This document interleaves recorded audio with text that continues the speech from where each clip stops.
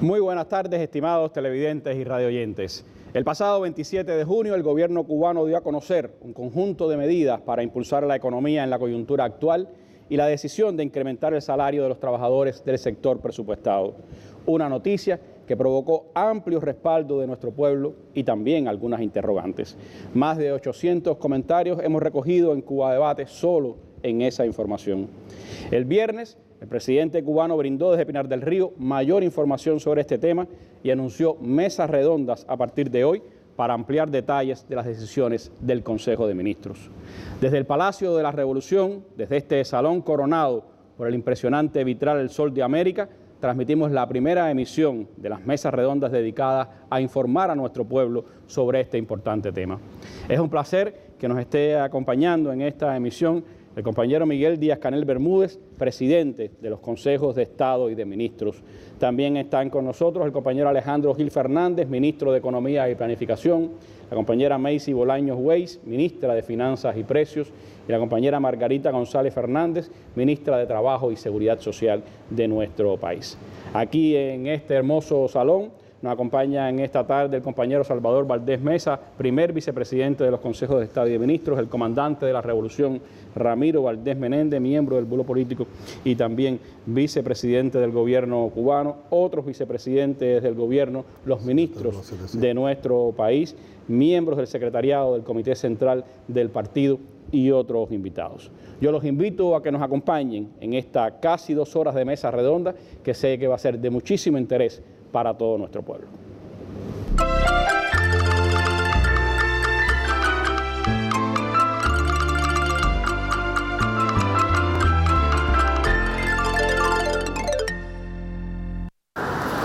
Para quienes han dedicado décadas al trabajo en las aulas, ofreciendo su mejor lección para formar nuevas generaciones, el anuncio del aumento salarial al sector presupuestado es un incentivo para seguir aportando al país. ¿Qué significa? Aumentar el empeño, aumentar el desempeño, aumentar las exigencias con nosotros mismos y los directivos hacia nosotros. Creo que nos merecemos ese aumento. No solo para la educación, sino para aquellos sectores donde en ocasiones no tenemos la posibilidad de adquirir lo que pueden adquirir otras personas. Me puse muy contenta porque eso me va a ayudar, porque sabe que a veces la jubilación a veces es muy bajita, a pesar de los años trabajados que uno tenga. Y a los maestros nos hacía falta que nos reconocieran, y esto es una forma de reconocimiento. El aumento del salario forma parte de un grupo de medidas que se adoptan para buscar soluciones a los problemas de la economía y la permanencia de sus trabajadores en puestos estratégicos, además de satisfacer las necesidades del pueblo. Pero para que este aumento exista tiene que haber también producción, porque no solo hay salario, sino cómo producen las personas, cómo nosotros los cubanos trabajamos con mejor calidad para lograr que la economía de nuestro país pueda crecer. Más contentos no podemos estar porque todos sabemos la situación política internacional que los rodea y tanto la dirección del partido bueno está buscando la forma de darle solución a los problemas internos nuestros, que son nuestros, no los importa a nadie. De hace mucho tiempo ha habido ese reclamo, que eso ha sido una de las causas que muchos han dejado esta labor tan importante. O sea, no pensaron 2 veces y si otro organismo le dio la posibilidad de trasladarse con mayor beneficio salarial, muchos partieron. Pero muchos se han mantenido. Por supuesto, muchos nos quedamos. Aquí estamos presentes. El salario medio para el sector presupuestado será de 1.067 pesos, aumento que comprende a 1.470.736 trabajadores promedio de los organismos de la Administración Central del Estado, los órganos locales del Poder Popular, las organizaciones y asociaciones. Como ha expresado el presidente Miguel Díaz-Canel Bermúdez, aunque este no es el aumento salarial definitivo, sí constituye un adelanto para estimular que el trabajo sea la fuente fundamental de ingreso de los cubanos. Con un tema tan amplio como este volveremos en próximas emisiones. Talía González, Sistema Informativo de la Televisión Cubana. La sociedad cubana en su conjunto se alegró profundamente de las noticias del pasado jueves. No solo por el aumento salarial, sino por lo que significa también en el orden de nuevas medidas para impulsar la economía cubana. Pero sobre todo, creo que si algo a todas las familias le agradó, le impulsó también a reconocer esta decisión de nuestro gobierno fue ese estímulo a los maestros cubanos. Por eso comenzamos precisamente con este trabajo que Talía había hecho para el sistema informativo y que trae, presidente, sin duda yo creo una de las buenas noticias, el estímulo a los maestros, a nuestros profesores. Y me gustaría, bueno, que usted siguiera ampliando en este inicio de nuestra mesa redonda precisiones sobre esta decisión del gobierno, sobre lo que implica y sobre cómo se han venido analizando los factores que hoy gravitan sobre la economía cubana y que hay que enfrentar. Bueno, Randy, ante todo el saludo para todos nuestros compatriotas de la nación, de toda la nación cubana, y también el recibimiento y la bienvenida al equipo de trabajo de la mesa redonda aquí a los salones. Muchas gracias. Del Palacio de la Revolución. Bueno, yo creo que estamos partiendo de la coyuntura actual en que estamos viviendo, de la situación actual marcada por la perversidad y el cada vez más numeroso conjunto de dificultades que le impone a la vida de nuestro pueblo la actual política de la administración del actual gobierno de los Estados Unidos. Y eso nos crea un grupo de problemas en el orden interno, como son la persecución financiera, la contracción de los créditos por las propias presiones que hace la administración estadounidense, el cierre prácticamente absoluto de los mercados más próximos a nuestro país, el ataque despiadado a las fuentes de ingresos con que contamos y las amenazas con sanciones o las propias sanciones que ya nos aplican a todo el que se atreva a comerciar con Cuba. Pero hemos dicho que nosotros, nadie en Cuba ha perdido el sueño por estas amenazas, por esta política injerencista y por esta subida de la retórica de la administración del gobierno de los Estados Unidos contra Cuba. Y nosotros hemos ratificado que no hemos renunciado ni vamos a renunciar a hacer que nuestra economía, pequeña y asediada en estos 60 años de la revolución, sea próspera y sostenible. Ese es un empeño, ese es un compromiso, eso es una voluntad, ese es un anhelo y eso lo vamos a seguir defendiendo. Y yo creo que está demostrado que el pueblo cubano con convicción y también con decisión se enfrenta al genocidio bloqueo y también nos esforzamos en identificar y destrabar los obstáculos de lo que algunos llaman el bloqueo interno, o sea, nuestras insuficiencias, las propias trabas que nosotros ponemos, la burocracia que tenemos y todos aquellos trebejos que nos impiden avanzar de una manera más coherente con los propios preceptos, con los propios principios que hemos estado defendiendo en la actualización de nuestro modelo económico y social. Pero también hemos planteado que ninguna amenaza nos va a distraer de nuestro deber de defender la invulnerabilidad de la revolución en todos los ámbitos. Las medidas que hemos planteado, que hoy van a ser compartidas con más amplitud por los compañeros que están aquí presentes del Consejo de Ministros, no tienen que ver nada con el populismo, como han querido atacar a algunos de los que nunca han estado interesados por el bienestar del pueblo cubano y donde cada paso que da la revolución lo tratan de mancillar, lo tratan de denigrar. Para nada esta ha sido una posición populista. Esto tiene que ver mucho con lo que ha vivido el Consejo de Ministros en esta etapa de intercambio con nuestro pueblo, con nuestros compatriotas en los escenarios donde realizan su vida económica y también su vida social. Tiene que ver mucho con cosas que estaban pospuestas y que ya necesitaban de una respuesta. Tiene que ver con el reclamo de nuestros trabajadores en el recién finalizado Congreso de la CTC, con el reclamo y los aportes de los economistas en el Congreso de la ANEC. Tiene que ver también con ideas que se ratificaron ahora el fin de semana en el Congreso de la UNIAC y yo creo que tiene que ver con todo el sentido de debate popular con que nuestro pueblo se ha expresado en los últimos tiempos, con que nuestro pueblo también se expresó en el debate de la nueva Constitución de la República. Y escuchando al pueblo también hemos estado tratando de encontrar caminos de solución, partiendo de un análisis integral. Lo que pasa es que la integralidad de los análisis también te lleva a actuar por etapas, por eso hemos planteado, primero esta no es la reforma salarial a la que vamos, porque la reforma salarial a la que vamos contempla otros aspectos como una política de precios más coherente, la eliminación de la dualidad monetaria y cambiaria, la eliminación de los subsidios. O sea, la reforma salarial va a ser una política mucho más amplia, una acción mucho más amplia. Este es un incremento salarial en el sector presupuestado que no contradice lo que vamos a hacer después y que es un primer paso. Y yo siempre digo, y soy defensor, vamos todos los días a arrancarle un pedacito a los problemas. Con esto empezamos a romper una inercia, a darle otra dinámica a la problemática de los salarios, a la relación del trabajo con los ingresos de las personas en un sector que merece esa atención, porque en ese sector es donde se defienden las conquistas fundamentales de la revolución. Ese es un sector que da servicios públicos de mucha necesidad para la familia cubana y servicios públicos que toda la familia cubana exige y que también reconoce. Y por eso, de una manera que no hay inmovilismo, que no haya nada estático, es que vamos a avanzar en la aplicación de las mismas. Estas medidas, después del análisis que se hicieron por expertos, por académicos, por miembros del Consejo de Ministros, se presentaron al Buró Político en una sesión de trabajo que estuvo presidida por su primer secretario, el general de Ejército Raúl Castro. Y después de la valoración política, de contar con la valoración política de lo que proponíamos, entonces se aprobaron definitivamente en el Consejo de Ministros. Y de inmediato, yo creo que a los 2 días de esa valoración, y mientras tomábamos algunos ajustes a partir del propio aporte que hizo a la discusión en el Buró Político, lo dimos a conocer en una nota de prensa que describía lo tratado en el Consejo de Ministros.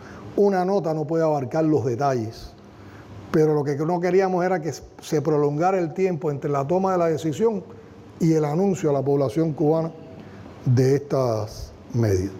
Después, al día siguiente, como estábamos en la visita de Pinar del Río, en composición del Consejo de Ministros, y había toda la posibilidad de hablar de estas cosas en las conclusiones de la visita que terminaron en la mitad del día, y ahí expusimos con más amplitud el contenido fundamental de estas medidas. Y decidimos que pasar el fin de semana, recoger también las opiniones de la población, las inquietudes, las principales incertidumbres, y venir hoy aquí a la mesa redonda, como se ha apreciado, donde hay una composición desde el primer vicepresidente, los vicepresidentes del Consejo de Ministros y un grupo importante de ministros y de entidades que también están muy vinculadas a lo que hay que asegurar para el cumplimiento de las medidas. Y yo sencillamente, como ya yo hablé, como ya yo expliqué, yo creo que los detalles los tienen que dar los ministros que precisamente están más involucrados con la implementación de estas medidas, y por eso están aquí Alejandro, Margarita y Macy en compañía del resto. Y lo que te propongo es tener un diálogo con estos ministros que expliquen, y nosotros al final podemos hacer algunas precisiones ya de carácter general. Muchas gracias, presidente, por acogernos acá en el Palacio de la Revolución. Un niño y su destino nos lanzaron al combate desde las ideas. Si Elian no tiene a su papá, no tiene a sus abuelos, no tiene su escuela, no tiene sus amigos, no tiene su maestro, ¿de dónde puede este amor inventado hacer feliz a Elian? Fidel fue semilla y aliento permanente. Nos han bloqueado y todavía estamos bloqueados. Y no han podido. Siempre pueden intentar. Ya son más de 4.000 emisiones con los más diversos temas e invitados. No podían prohibirnos hablar de Cuba. Que podamos lograr los pueblos latinoamericanos si tenemos la inteligencia y el coraje de andar juntos. Por eso hoy la integración ya no es un sueño, un deseo como el de nuestros libertadores, es una necesidad de supervivencia. Año 20 de la Mesa Redonda. Nuestras armas son las ideas.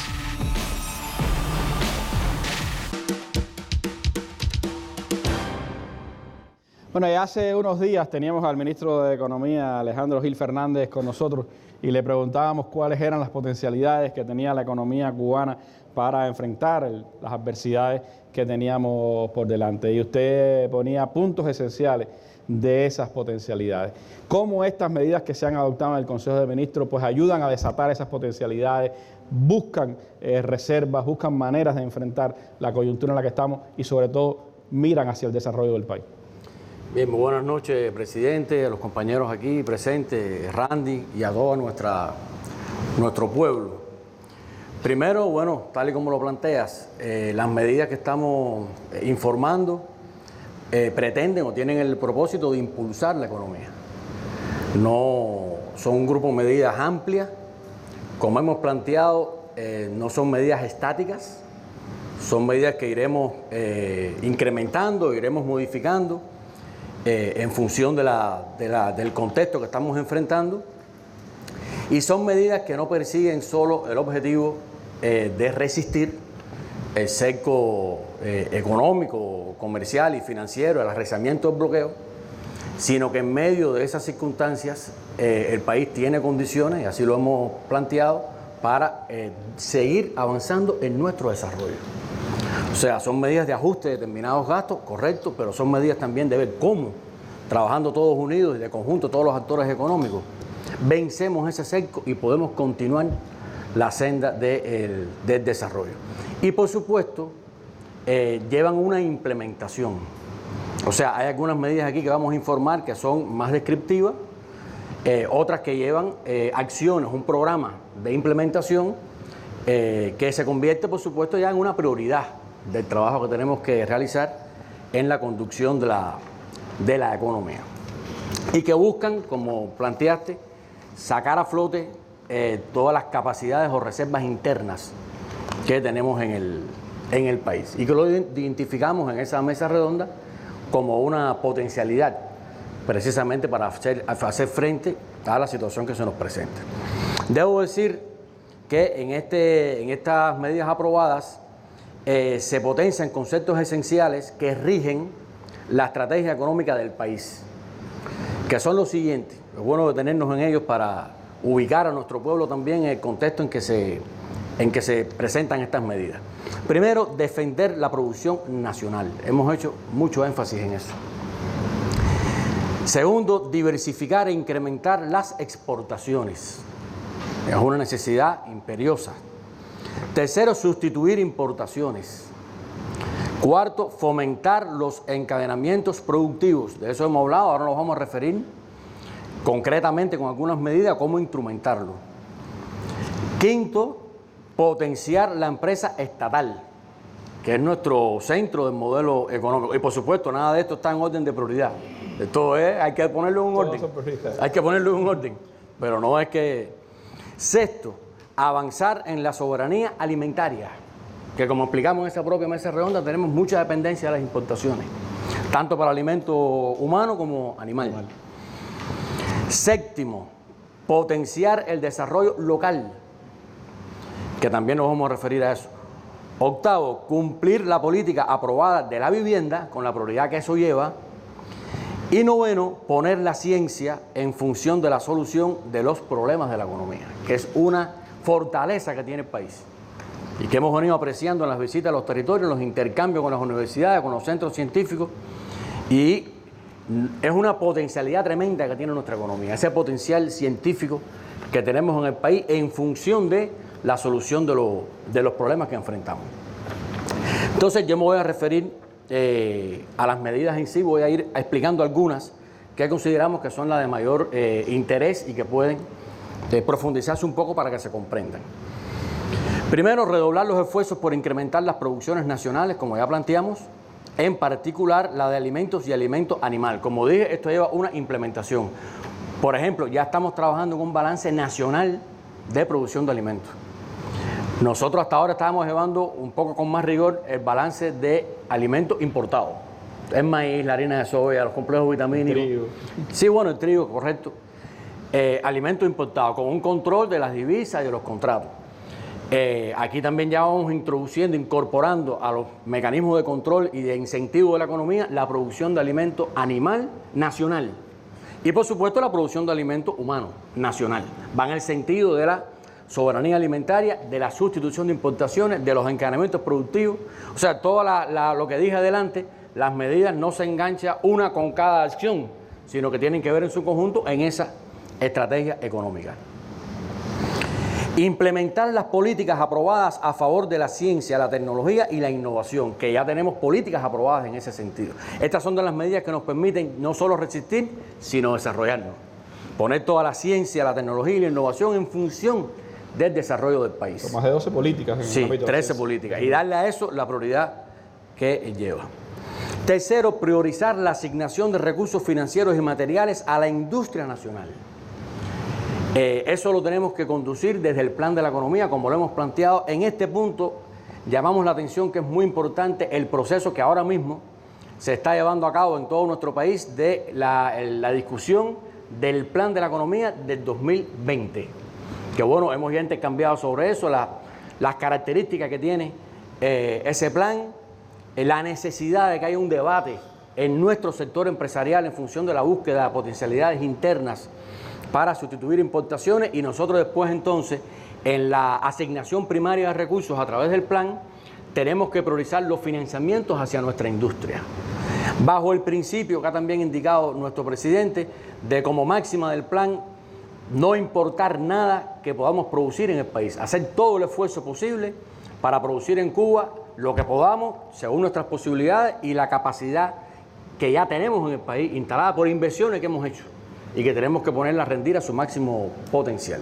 Por supuesto, eso lleva todo un diseño desde el punto de vista del plan.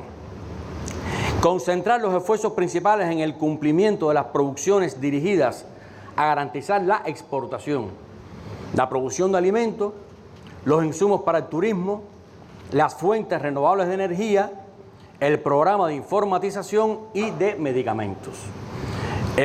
Recordemos que en el mes de abril presentamos a nuestro Parlamento y a toda nuestra población los elementos esenciales, la hoja de ruta, pudiéramos decir, del Plan Nacional de Desarrollo Económico y Social hasta el 2030, el 2019, el 2020 y el 2021 constituyen la primera etapa de ese plan.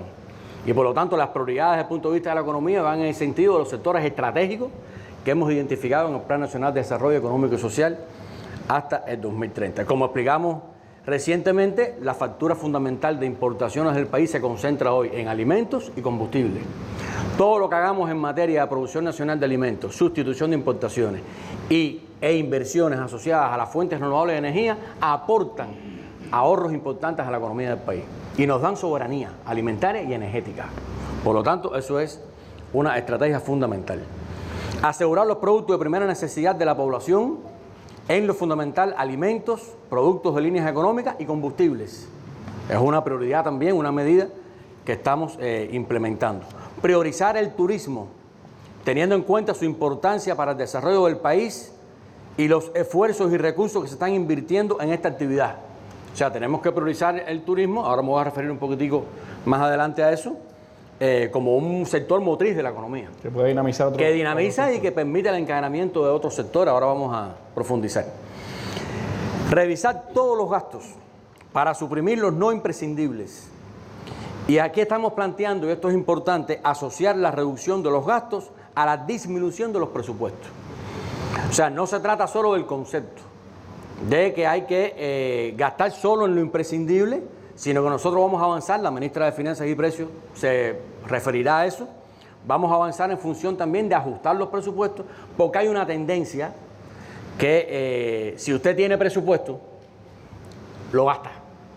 O sea, no siempre lo que limita el gasto es el análisis racional de cuán imprescindible es o no gastar. Hay veces que la pregunta que hacemos es, bueno, pero ¿hay presupuesto? Sí, bueno, entonces hazlo. Y evidentemente tenemos que hacer una combinación y además se explicará más adelante la importancia en este contexto, teniendo en cuenta el incremento salarial, de retirar todos aquellos gastos, o sea, todos aquellos recursos del presupuesto que sea posible precisamente como una vía para el financiamiento de esa medida. Aplicar medidas de ajuste para el consumo de portadores energéticos, que como se sabe es una prioridad también que tenemos en la economía. Priorizar la instalación de los GPS, que nos da más control en el uso de los portadores energéticos. Profundizar en todas las medidas de control para eliminar el robo de combustible, que es un tema que tenemos que resolver obligatoriamente. Y eso incluye seguir avanzando en la utilización de la tarjeta magnética para la adquisición de combustible. Es una medida clave. Nosotros, entre los GPS y la tarjeta magnética, tenemos que crear condiciones más favorables para ejercer el control y evitar el movimiento efectivo en el combustible, y es preciso que cada litro de combustible de que dispone el país se utilice en los destinos que están previstos en el plan de la economía. Establecer que los exportadores y vamos a iniciar por las entidades atendidas por el MINTUR, Ministerio del Turismo, y el OSDE, o sea, el Grupo Empresarial de Tabacuba, y otros que puntualmente se decidan en lo adelante, adquieran determinados productos y servicios nacionales pagando el 50% de su valor con respaldo de liquidez. Yo voy a tenerme aquí a explicar un poquitico. ¿Qué cosa es la liquidez? A explicar un poquitico esto. Nosotros, hemos planteado un problema que tenemos en la economía, que es el alto componente importado. Y ese alto componente importado se nos refleja también en los sectores exportadores. Y no siempre tenemos oportunamente el producto o servicio de los proveedores nacionales para sustituir esa importación. Aquí hay problemas de estructura de los financiamientos, hay determinados elementos que influyen. Y muchas veces lo que está pasando es que no le llega a tiempo la divisa al sector empresarial nacional, porque no se dispone de ella en el momento que hay que asignar los recursos para que se puedan importar las materias primas y producir. Sin embargo, los sectores exportadores generan divisas y si a tiempo no está el producto nacional, tenemos que terminar importando. O sea, uno de los fenómenos que tenemos en la economía precisamente es que a veces importamos lo que podemos producir en el país porque las divisas las tenemos no en el momento oportuno para la producción nacional y evitando un déficit de oferta, pues se sale a la importación. Entonces, aquí lo que estamos planteando es, y además va favoreciendo el encadenamiento productivo, lo que estamos planteando es que esas mismas divisas que el país ingresa por exportar, no solo se utilicen en importar, o sea, en respaldar esos niveles de actividad a partir de más importación, sino que puedan utilizarse también para pagar a los proveedores nacionales que tributan o suministran bienes y servicios a esos propios exportadores. De manera que el sector del turismo puede, con los ingresos en divisas que recibe por la exportación de servicios, pagarle a la industria nacional por los productos que recibe de la industria nacional. Y lo que estamos planteando en esta etapa es que si la industria nacional le vende al turismo determinados productos que cuestan 100 pesos o 100 CUC, el 50% de ese monto lo pueda recibir con respaldo de liquidez. O sea, como si le estuviéramos trasladando la divisa al productor nacional para que él pueda con esa divisa reaprovisionarse también. Importar materias primas o trasladárselas a otro productor nacional para que le suministre determinados insumos y pueda producir con el objetivo de reducir el nivel de importación. No basta solo con tener la voluntad de hacerlo, o sea, con decir hay que disminuir las importaciones. Nosotros tenemos la obligación, la responsabilidad de crear los mecanismos financieros en el país para que eso se pueda hacer. Que se permita hacer. Que se permita, porque si no, es verdad que decimos, hay que sustituir importaciones, hay que producir en el país lo que se está importando, pero si oportunamente no le podemos dar la divisa a los productores nacionales, ante la presión porque el producto no está disponible, pues bueno, terminamos importando. Eso es lo que hay que transformar. Gradualmente, poco a poco, pero es una primera medida que permite, que rompe ya esa barrera y que permite que esas divisas que se ingresan por los exportadores no tengan que volver a salir del país, sino que puedan utilizarse hacia lo interno del país y fomentar los encadenamientos productivos con nuestra industria. Ese es el sentido que tiene esta medida, que repito, tenemos que implementarla con los procedimientos que lleva, etcétera, y se trata de bienes y servicios que se pueden producir en el país y que hoy se importan. O sea, no es para todo lo que se insume, es para lo que hoy se importa y se produce en el país y va en el sentido entonces de generar las condiciones para evitar o minimizar esa importación. Ese es el sentido de esa medida. Consideramos que puede tener muy buen impacto en nuestra industria nacional, acompaña las políticas que hemos venido desarrollando con nuestra industria y permite un mayor aprovechamiento de nuestras propias capacidades instaladas en el país. Esto es un reclamo también de nuestros trabajadores. O sea, muchas veces en los intercambios que tenemos con el sector empresarial nuestro, los trabajadores se quejan, o sea, plantean, bueno, es que se están importando cosas que nosotros podemos producir, pero no se pueden producir porque no tenemos los financiamientos. Entonces, si hay financiamiento para importar, ¿por qué no hay para producir? Es un problema de tiempo. O sea, hay que poner las cosas en la oportunidad que llevan. Y esto nos va a permitir encaminar la solución de esa... y por supuesto influye en el salario, en la generación de ingresos en nuestro sector empresarial y le da una mayor autonomía a la empresa estatal. Estamos planteando perfeccionar las empresas de subordinación local del sistema de comercio minorista. Sobre esto ya hay medidas que estamos implementando. Tienen que ver con el sistema salarial y otras cuestiones desde el punto de vista de buscar una mayor autonomía del comercio minorista en los territorios. Eliminar las trabas que dificultan el encadenamiento productivo de los diferentes actores económicos. O sea, nosotros estamos creando las condiciones para que no haya nada que no quiere decir que no haya control o regulación, pero que no haya trabas en el sentido que impidan que se encadene el sector estatal con el no estatal, que se encadene el sector estatal con la inversión extranjera, que lo busquemos entre los actores económicos que nosotros mismos hemos diseñado en nuestro modelo, que le busquemos la solución, tratemos como primera alternativa de buscar la solución a las demandas de la economía en nuestras propias producciones nacionales, con nuestros propios actores económicos y no con la mentalidad importadora. Porque si entonces no se permite que este le venda a este, tenemos que terminar importando. Si no hay condiciones para que este le venda a este, hay que terminar importando. Hay que buscar la manera de que esas condiciones se generen, no para prohibir, sino para propiciar y fomentar que entre los actores económicos haya relaciones y se puedan encadenar productivamente. Muy importante. Y le busquemos entre todos la solución al déficit de recursos que tiene la economía, buscando el potenciar nuestras reservas internas. Estamos planteando flexibilizar la planificación. Esto es un reclamo también, sin perder su conducción centralizada. O sea, porque tenemos que entender qué cosa es la planificación centralizada. Nosotros tenemos una planificación centralizada y en este momento tenemos además una asignación de recursos centralizada.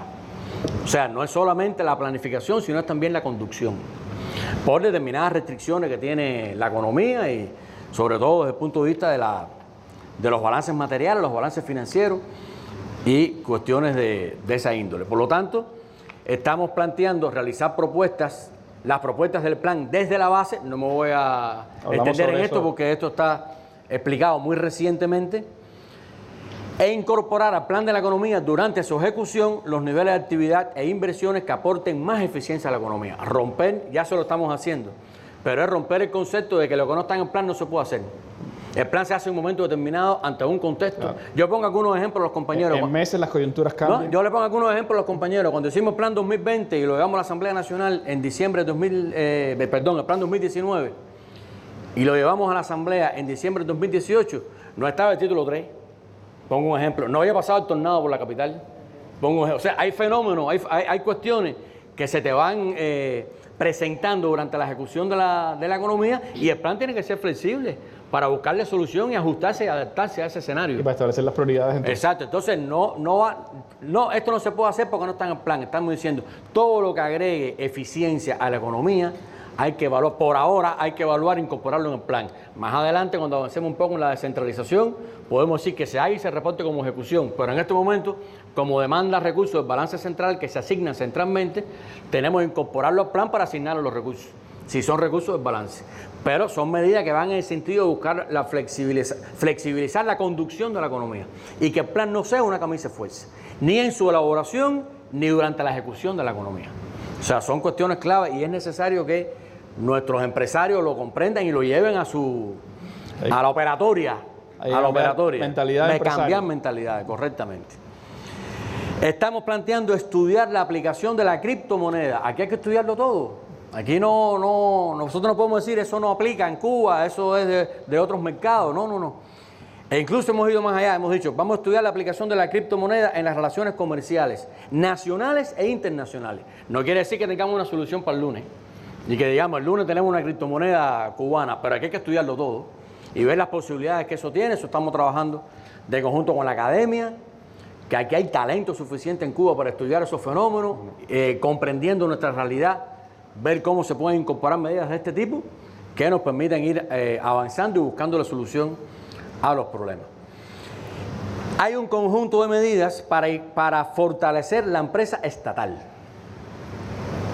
que no es todo lo que tenemos que hacer, que tenemos que seguir trabajando en ese sentido. Pero yo me voy a referir a estas medidas concretamente.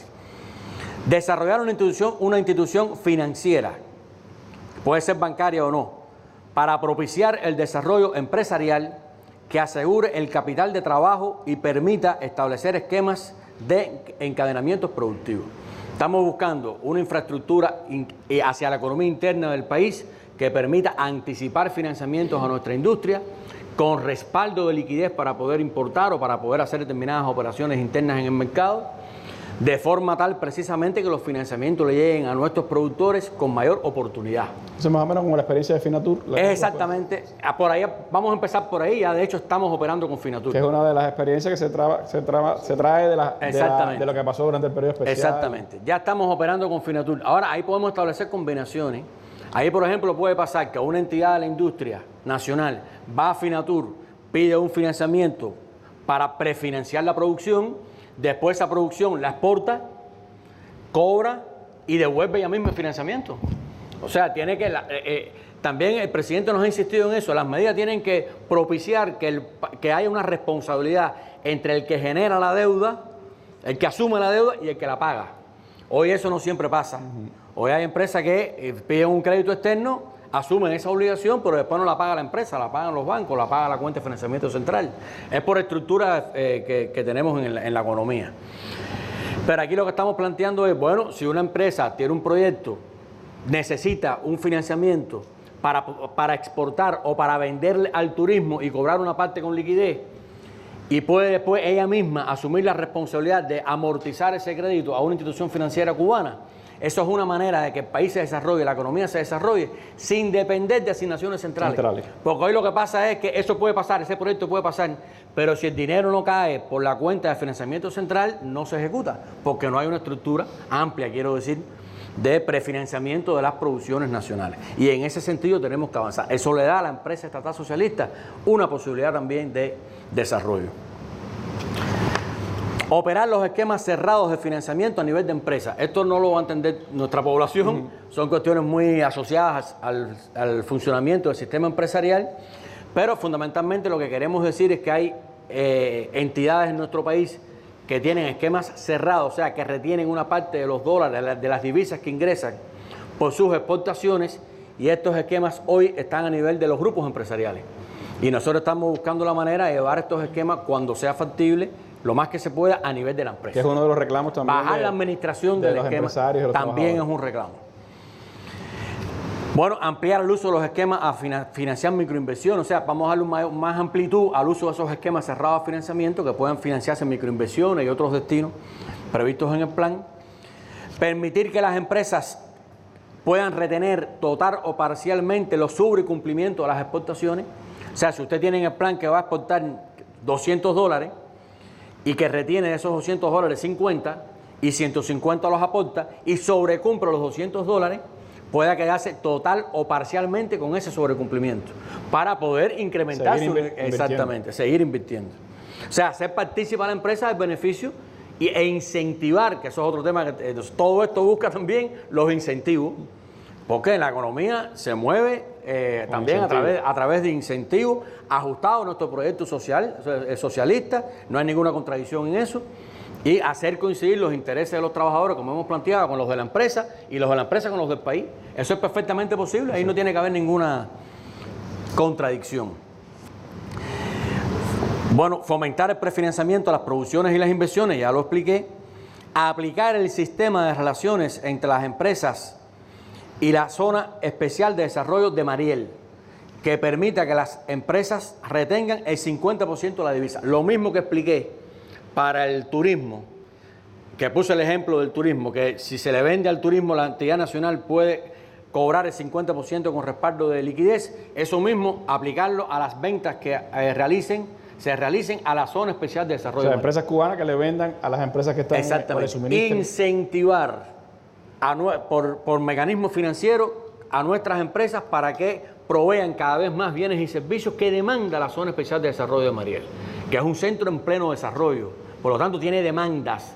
En la misma medida que esas demandas estemos en capacidad de satisfacerlas con producciones nacionales, disminuimos importaciones y una parte de esa utilidad entra al país, no vuelve a salir del país. Por lo tanto, aprovechar las potencialidades del turismo, aprovechar las potencialidades de la Zona de Desarrollo de Mariel y aprovechar las potencialidades de otros exportadores para que esas divisas que ingresan al país drenen hacia lo interno de la economía y no se vuelvan a ir del país para importar, es una cuestión clave. Y es un paso importante para avanzar en los encadenamientos productivos, que no pueden ser un concepto o una consigna vacía. Hay que llevarlo a la práctica y a nosotros nos corresponde, además de su diseño, crear las condiciones que propicien que eso funcione de esa manera. permitir la comercialización de producciones disponibles a los precios establecidos, eliminando el subsidio en los casos que corresponda. Aquí nos estamos refiriendo fundamentalmente a producciones que tienen un destino, un encargo estatal, que por determinadas razones en ese encargo estatal después se disminuye. O sea, yo demando ahora 100 toneladas, pero después en realidad me hacen falta 50 o 60, que esa diferencia entre lo que yo demandé como encargo estatal y lo que realmente estoy necesitando, la empresa lo pueda comercializar a precios diferenciados, o sea, a precios que no están iguales que los del encargo estatal, sin subsidio. Porque esos problemas se nos da hoy. Porque la economía es así, tú planificas una cosa y después tienes que irte una ajustando. inversión se retrasa. Entonces no podemos tener los almacenes con productos porque tenía como destino el encargo estatal no los demanda. Si no los demanda en esa magnitud, hay que reorientarlos hacia otros destinos y buscar algunos incentivos en esa dirección. Bueno, dar facultad a las empresas que se decida para importar determinada nomenclatura de productos que tributen a producciones para la exportación, o sea, buscar la manera de que las empresas puedan importar parte de los insumos que requieren para sus producciones, incrementar el pago de utilidades a los trabajadores de 3 salarios medios, que es como está establecido hoy, a 5 salarios medios. Que es un beneficio para al sector empresarial, a la empresa estatal. O sea que hoy en la distribución de utilidades se distribuye hasta 3 salarios medios bajo el cumplimiento o el requisito de cumplir determinados indicadores. Eso se amplía a 5 bajo requisito también de cumplir determinados indicadores, entre ellos sobre el cumplimiento de los indicadores directivos. O sea que es otro incentivo, es incentivo para que la empresa, esos indicadores directivos que son los que le conviene a la empresa y los que les conviene al país, si la empresa lo sobrecumple, también los trabajadores se benefician porque acceden a 2 salarios más, medios, como parte de la distribución de utilidades. Flexibilizar la aprobación de los sistemas de pago hasta nivel de empresa, eso lo va a aplicar también la ministra de Trabajo, pero hoy los sistemas de pago se aprueban a nivel de las OSDE, estamos diciendo no, a nivel de empresa. Y de hecho, no es solo eso, es a nivel de empresa y priorizar el destajo. Es llevar el sistema de pago lo más posible a la individualidad del trabajador y tratar de alejarnos de los sistemas de pago globales, donde todo el mundo gana por el conjunto. La utilidad se distribuye por la colectividad. El salario debe ser lo más individual posible, cuando es posible hacerlo. Y eso refuerza además el papel de la empresa también. Sí, y entonces vamos al destajo, vamos al establecimiento, vamos a la UEB, vamos a acercar lo más posible ese salario a donde se genera realmente la producción. Y modificar el proceder establecido hoy en la actualidad para financiar las actividades de desarrollo, investigaciones y de capacitación a partir de las utilidades después de impuestos, siendo consideradas como inversión y no como gastos. Esto también es un reclamo de nuestro sistema empresarial. De hecho, salió en el Congreso uno de los problemas que tenemos para la innovación. No innovamos realmente porque es un gasto, no. Y volvemos al punto, es un incentivo para la innovación. O sea que financieramente estamos buscando también esos elementos. Bueno, asegurar el cobro de los impuestos. Eso, la disciplina fiscal y financiera hay que defenderla con rigor. Garantizar la contabilidad de los hechos económicos. Nada de esto funciona bien si no tenemos contabilidad. Y tenemos los estados financieros y tenemos la posibilidad de evaluar los estados financieros y tomamos decisiones en base a los estados financieros con una contabilidad que realmente refleje el hecho económico. Fomentar e incentivar las exportaciones de bienes y servicios. Aquí estamos trabajando todavía en 3 aspectos fundamentales. Uno es la estrategia integral para la exportación de bienes y servicios. Otro es las propuestas para estimular las exportaciones y buscar los incentivos a nuestros productores. Y otro es las propuestas para realizar las exportaciones por las formas de gestión no estatales. Eso es parte de lo que explicamos, de que todos los actores económicos tienen que ponerse en función de avanzar en la solución de los problemas de la economía. Y son cuestiones en las cuales estamos trabajando a los efectos de hacer las propuestas correspondientes. Implementar medidas para disminuir la importación de las mercancías por las personas naturales e incrementar la captación de divisas que en la actualidad salen del país. Otro reclamo también. Esto está en las redes sociales, esto está en el intercambio académico, esto está en el intercambio entre todos nosotros todos los días. La gente nos dice, bueno, se sabe que hay X cantidad, hay varios cálculos, de dólares, divisas que salen del país y las personas van al extranjero, compran, en el exterior, venden, compran y venden.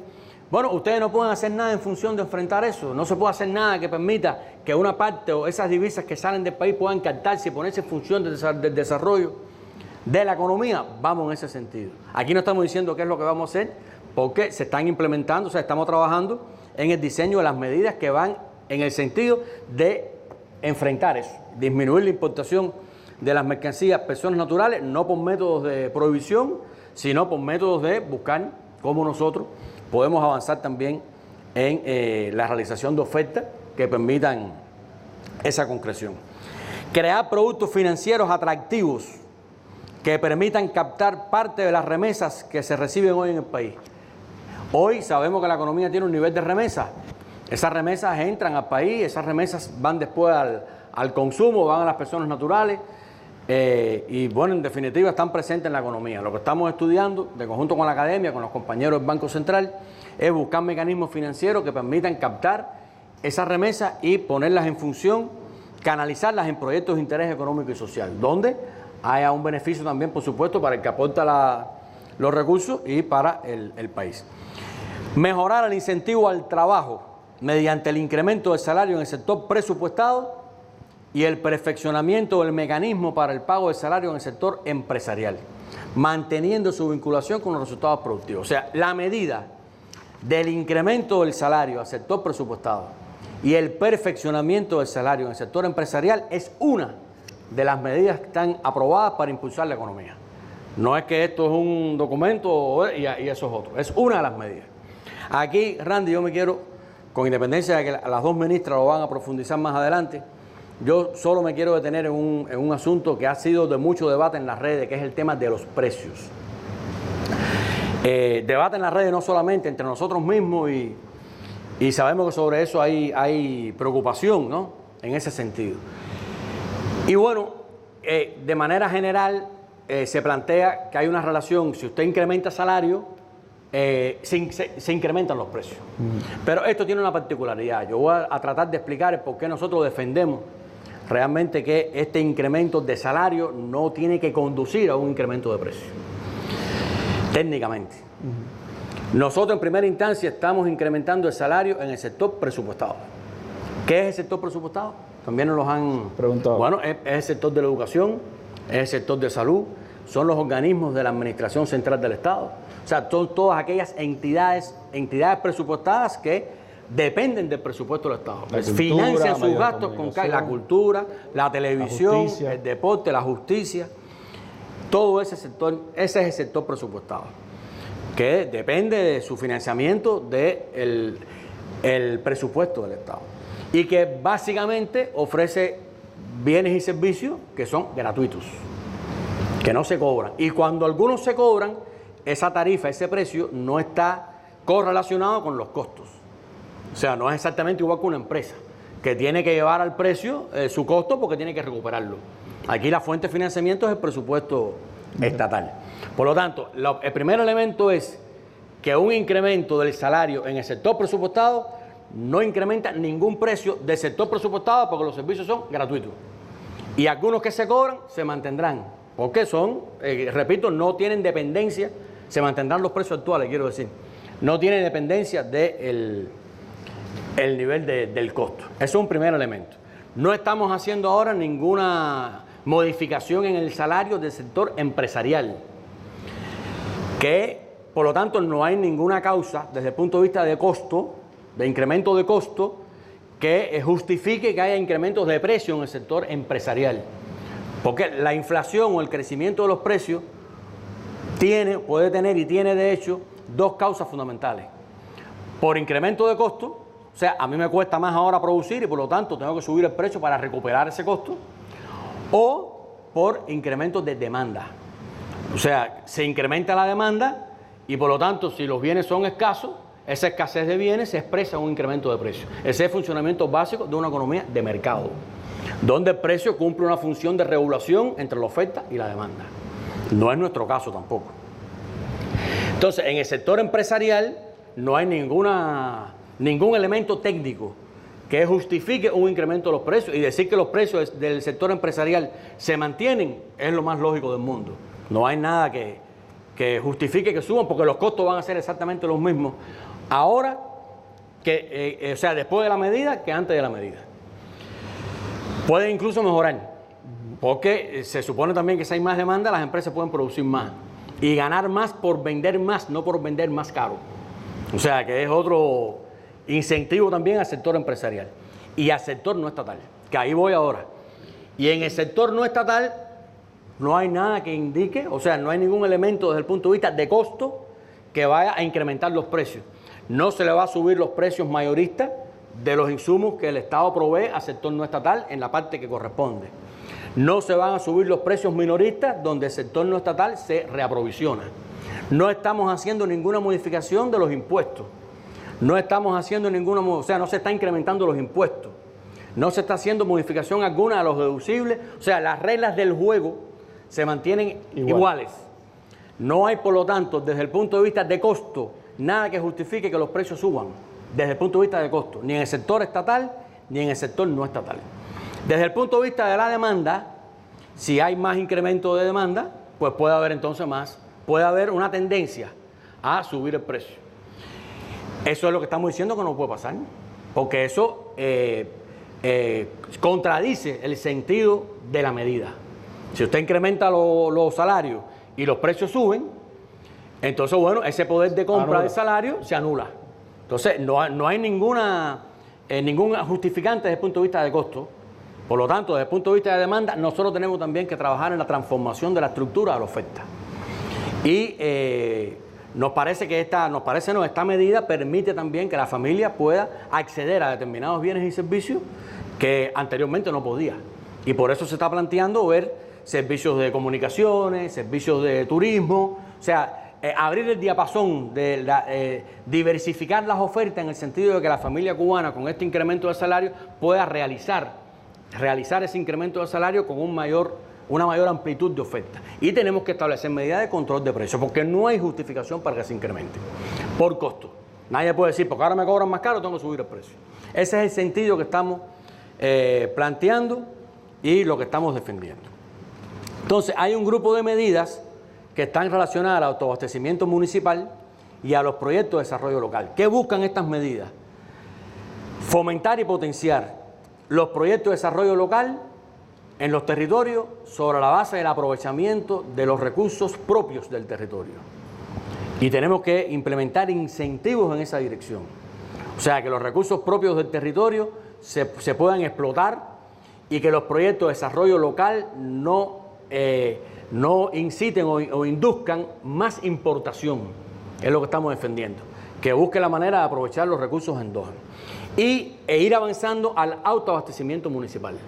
De forma tal que se puedan explotar esas potencialidades. Y aquí hay un grupo de medidas que están asociadas, van en ese mismo sentido. Y está potenciar la colaboración como vía para captar recursos financieros externos para fomento y desarrollo de proyectos locales. Está definir las producciones con posibilidades inmediatas de exportación sobre la base de explotar recursos locales. O sea, van en el sentido de potenciar los proyectos de desarrollo local, potenciar la industria nacional y las producciones agropecuarias, para avanzar precisamente en lo que planteamos de la soberanía alimentaria y el favorecer la producción nacional. Hay medidas que estamos diseñando para recuperar la producción acuícola. Es un tema que tenemos que avanzar. Hemos visto experiencias en algunas provincias, lo vimos en Granma, lo hemos visto en Villa Clara, pero el país tiene que proyectarse con mayor intensidad en ese sentido. Y hay medidas que estamos diseñando para el proceso inversionista, que no tiene que ver, o sea, nosotros aspiramos y estamos trabajando en ese sentido, y va bien el plan, bastante bien el plan, a cumplir el plan de inversiones, pero hay algunas inversiones que tenemos que evaluar que sí, se han ralentizado, o sea, si no hay una garantía de que los recursos pueden llegar en tiempo, nosotros los recursos que tenemos previstos para esas inversiones los podemos redireccionar en el contexto actual hacia la venta minorista.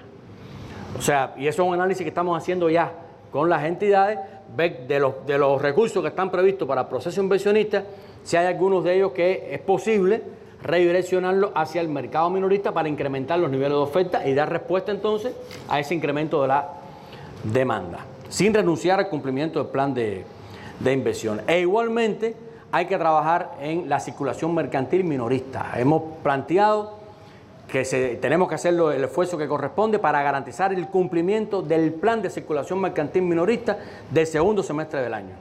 O sea, es un elemento clave. Y en estos meses hemos planteado que temporalmente se incorporen a la distribución normada renglones básicos de alta demanda de la población, cuyo financiamiento no puede asegurarse en su totalidad, pero debemos aclarar que la política no es esa. O sea, la política no quiero decir que la política no es ir regresando productos a la venta normada. Son decisiones, medidas coyunturales que se toman ante un escenario, precisamente por la responsabilidad que tenemos de garantizar que a nuestra población lleguen los recursos, los productos y evitar la especulación. Pero en ese sentido es que venimos trabajando esas medidas. Y está mantener la estructura de los productos cárnicos con destino a la canasta familiar normada, afectando, de ser necesario, para garantizar ese destino, las ventas liberadas de carne de cerdo. Esto es importante que la población lo conozca. Nosotros hemos venido recuperando la producción de carne de cerdo. Cada mes subimos un poquitico más con respecto al mes anterior, pero estamos también direccionando esos recursos a multiplicarlo por la vía de la elaboración de productos de embutidos, etcétera, etcétera. Entonces es una medida que estamos potenciando también para dar un mayor nivel de oferta, porque aquí lo que se trata es de diversificar la oferta e incrementarla lo más posible para que haya una realización de ese incremento salarial y que se pueda realmente cumplir ese propósito. Por supuesto, como ya expliqué, todas estas medidas las tenemos que implementar, procedimentar lo que corresponda, interactuar con las empresas que tienen el mayor impacto, van, como se percibe, van encaminadas a elevar el nivel de vida de la familia cubana. Son medidas que van en esa dirección. Desarrollar nuestro proyecto socialista a través incluso del legado de nuestro máximo líder, es situarnos en el momento histórico, cambiar lo que hay que cambiar en función de defender nuestro proyecto, enfrentar la situación actual de arreciamiento del bloqueo, la agresividad creciente del gobierno norteamericano, y bajo la conducción de nuestro general de ejército, el presidente, el trabajo colectivo que hemos venido desarrollando en el gobierno, creemos que realmente nosotros estamos en condiciones de enfrentar esta medida con éxito. Existe la posibilidad real de que nosotros podamos implementar a favor de nuestro pueblo medidas de este tipo, a favor de nuestra empresa estatal socialista, a favor de crear condiciones más favorables para el funcionamiento de la economía del país, con éxito, y que realmente redunden en un beneficio a nuestra población. Es lo que puedo plantear de la parte de las medidas. Bueno, muchísimas gracias, ministro, por esta amplia exposición de estas políticas aprobadas, que cada una de ellas en sí pudieran ser una mesa redonda y que a lo mejor en otros momentos pues estaremos ampliando en la misma medida en que se vayan implementando y que puedan ayudar también a la comprensión de lo que esto significa para el reforzamiento de la empresa estatal socialista, para el encadenamiento productivo, para la participación en la economía también de las formas productivas no estatales y para la búsqueda, sobre todo, de incentivar la exportación y disminuir las importaciones en el país. Gracias, ministro.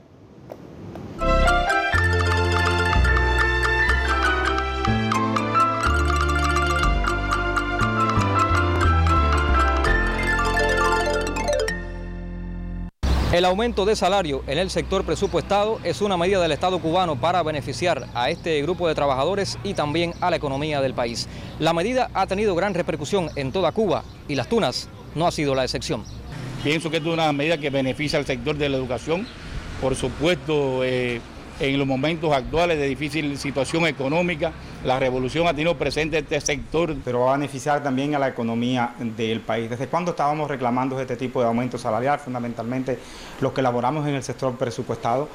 Se tiene en cuenta el reclamo en varios congresos de la Central de Trabajadores de Cuba, en nuestras sesiones sindicales de base, pero hay que tener presente además que forma parte de la propia contextualización del modelo económico. Apoyamos todas las medidas y me siento contenta y estimulada porque, bueno, no es menos cierto que desde las asambleas de afiliados, desde nuestros sindicatos, desde los mismos encuentros que hemos tenido, es un reclamo de los trabajadores de nuestro sector. Este desembolso que va a hacer el país, lo mismo para los trabajadores que para los pensionados, hay que respaldarlo con más productividad, más eficiencia, más producción y más exportaciones. Que todo esto venga además para el bien de la economía cubana de manera general, porque haya más productividad, porque evitemos la inflación, porque ahora no vaya a ser que se nos aumente el salario por un lado y que suban los precios por el otro. Hay que tener cuidado con la inflación, algo que alertaba nuestro presidente, ir a la productividad, a esa necesaria eficiencia económica que se necesita en nuestro país. El aumento salarial en el sector presupuestado beneficiará en Cuba a más de 2.750.000 trabajadores, pero hay que respaldarla con mayor productividad en el trabajo. Jaisnel Vázquez, Sistema Informativo de la Televisión Cubana. Bueno, y sin duda, dentro de todo el plan y el conjunto de medidas que adoptó el gobierno cubano y que se dio a conocer la pasada semana, un impacto extraordinario en la familia cubana, en particular lo tiene los incrementos de salarios decididos en el sector presupuestado y también las medidas para potenciar, estimular la producción y por lo tanto los ingresos que obtiene el sector productivo de nuestra sociedad. Pero les propongo abundar un poco en este asunto con la presencia acá en nuestra mesa redonda de la ministra de Trabajo y Seguridad Social. ¿Cuáles son los elementos fundamentales, Margarita, que distinguen este incremento de salario en el sector presupuestado? ¿Cómo se logra pues también trabajar en ese reclamo tan, podríamos decir, urgente de nuestra sociedad, de invertir la pirámide, como siempre hemos dicho, y que quienes más trabajan, quienes más responsabilidades tienen, pues ganen más también, y cómo eso se va enderezando con estas medidas que se han tomado? Bueno, gracias, buenas noches, Randy, presidente, televidente y los compañeros que nos acompañan acá en la mesa redonda. Como se explicó inicialmente, la elaboración de la propuesta tuvo un trabajo combinado de muchos compañeros, y aporte de varios compañeros, académicos, especialistas, y se debatieron muchos temas de cómo implementar y qué elementos y qué objetivos dar respuesta con esta propuesta. Lo primero que tendría que decir, para incluso esclarecer dudas que hemos estado viendo en todos los comentarios que han salido a partir de las noticias que se han publicado, es ratificar que la medida comprende a todos los trabajadores del sector presupuestado, las organizaciones políticas de masa y las asociaciones, que dependen totalmente o en algunos casos parcialmente del presupuesto, pero no excluye a nadie del sector presupuestado. Hay inquietudes, por ejemplo, en educación, en los reportajes que se ponían, todo el mundo está muy contento, pero subsisten dudas si los trabajadores no docentes del sector de la educación están comprendidos. Sí están comprendidos. Todos los trabajadores, igual que los trabajadores de la salud, que no son directamente especialistas de la salud, los de educación superior que no son docentes. Aquí no se excluye nadie de este incremento, que también, como se dijo, no es el incremento salarial final al que queremos llegar, pero sí es bastante significativo para las condiciones actuales que tiene nuestro país. Tiene un impacto, sin duda, para la población, para las personas. Habría que decir que entre los objetivos que se plantearon, bueno, el primer objetivo fue, como es práctica, qué tratamiento dar a los trabajadores de menores ingresos. Y es por eso que después de varios análisis se decidió que el salario mínimo se incrementara a 400 pesos. Este incremento, desde el punto de vista del salario mínimo, es significativo. Y bueno, en dependencia del sector donde se elabore, porque como conocemos hay incrementos parciales que se hicieron en momentos determinados para sectores como la salud, la educación, pero de todas formas el que menos incrementa el salario mínimo incrementa 100 pesos. Y el que más lo incrementa 155 pesos. El salario mínimo que teníamos era 2.15, ¿no? El salario mínimo que teníamos en el sector presupuestado era, siempre lo redondeamos en 2.45, porque tiene un pago adicional de 20 pesos. Y en el resto de los sectores que fueron teniendo incrementos del 2005 para acá, estaba en 2.75 y bueno, más recientemente en el 2014 en salud, que se fijó en 300 pesos. Pero repito, es un incremento significativo. Hay que recordar que en el 2005, cuando se incrementó el salario mínimo, el incremento fue de 125 pesos. Por tanto, para una buena parte de los trabajadores lo supera. Y los más beneficiados son los de los sectores asociados a la subordinación local del Poder Popular y un grupo de organismos de la Administración Central del Estado que desde el 2005 no habían recibido incremento. Es decir, estos han sido uno de los que más han resistido. Y aquí también habría que destacar en esta parte que se da un primer paso. No quiere decir que sea la solución definitiva, pero se da un primer paso para la solución de un problema que tenía la escala salarial actual, referida a las diferencias muy pequeñas entre los diferentes grupos de complejidad que no estimulaban la superación ni la promoción. Y, por ejemplo, para poner el caso de los operarios, en lo que vamos a aplicar ahora en el sector presupuestado, hoy la diferencia entre un operario de más baja calificación y uno de más alta calificación era en el entorno de 50 pesos. Por tanto, eso no estimulaba nada y estamos hablando de 8 grupos de complejidad de la escala prácticamente. Esto pasa a ser de 200 pesos. No es lo que aspiramos, pero ya es un primer paso para que esto vaya ampliándose y tenga las magnitudes en la medida de las posibilidades que se requieren. Ahora, un ejemplo en este caso de los operarios, en el sector presupuestado de un segmento de trabajadores que hacen una labor importantísima para toda nuestra sociedad, como es la limpieza de nuestra ciudad. Y voy a poner 2 ejemplos de los trabajadores de comunales asociados a la limpieza de la ciudad.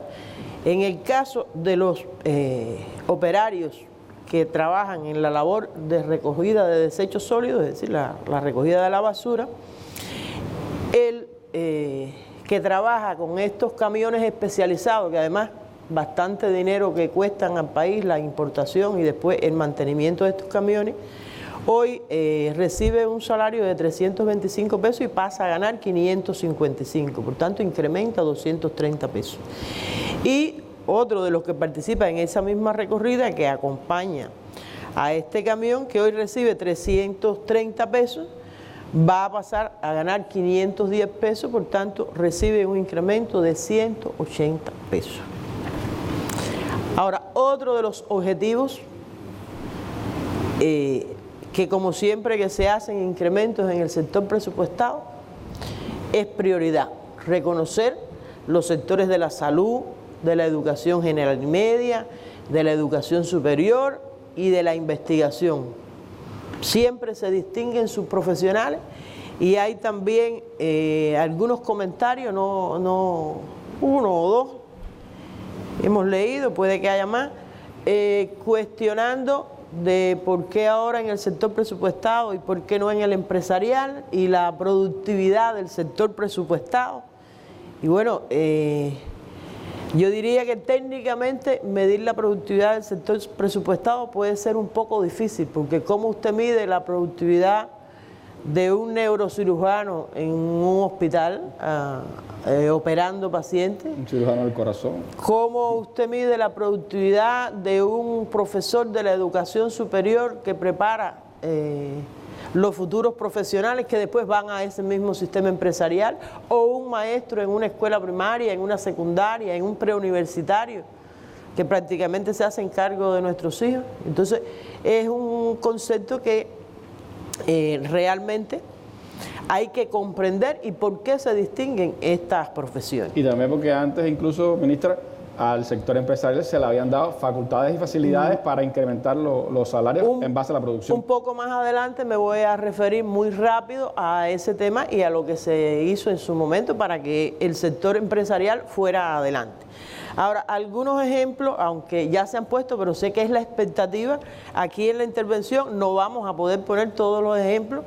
Es importante que después en cada organismo, en la misma medida que se vayan aprobando las normas jurídicas, ahí se le dé información a los trabajadores de los detalles, porque ni en una explicación de este tipo, incluso ni en la prensa plana sería posible poder explicar las disímiles características de cada uno de los sectores. Por eso siempre ponemos ejemplos de los más significativos. En el caso de la salud, el médico especialista de segundo grado está yendo a un salario de 1.850 pesos. Viene de 1.600, pero recordemos que el incremento que se hizo en el 2014 a la salud fue uno de los más significativos que se han hecho en el país en los últimos años. El especialista de primer grado va a 1.740, incrementa nuevamente 280 pesos y así todas las especialidades médicas son reconocidas. El enfermero especialista pasa de 860 pesos a 1.220, el enfermero superior de 860 a 1.030, el enfermero técnico de 720 a 945, por poner algunos ejemplos de la salud. Nuestra educación general y media, que ahí lo reconocían los educadores con mucha gratitud. Con mucha gratitud y con una actitud de corresponder ese incremento con mayores resultados, con mayor trabajo. Bueno, el maestro de la enseñanza media de nivel superior va a incrementar de 555 pesos a 1.425. Y el que tiene nivel medio va de 415, que tiene en este momento, a 1.030.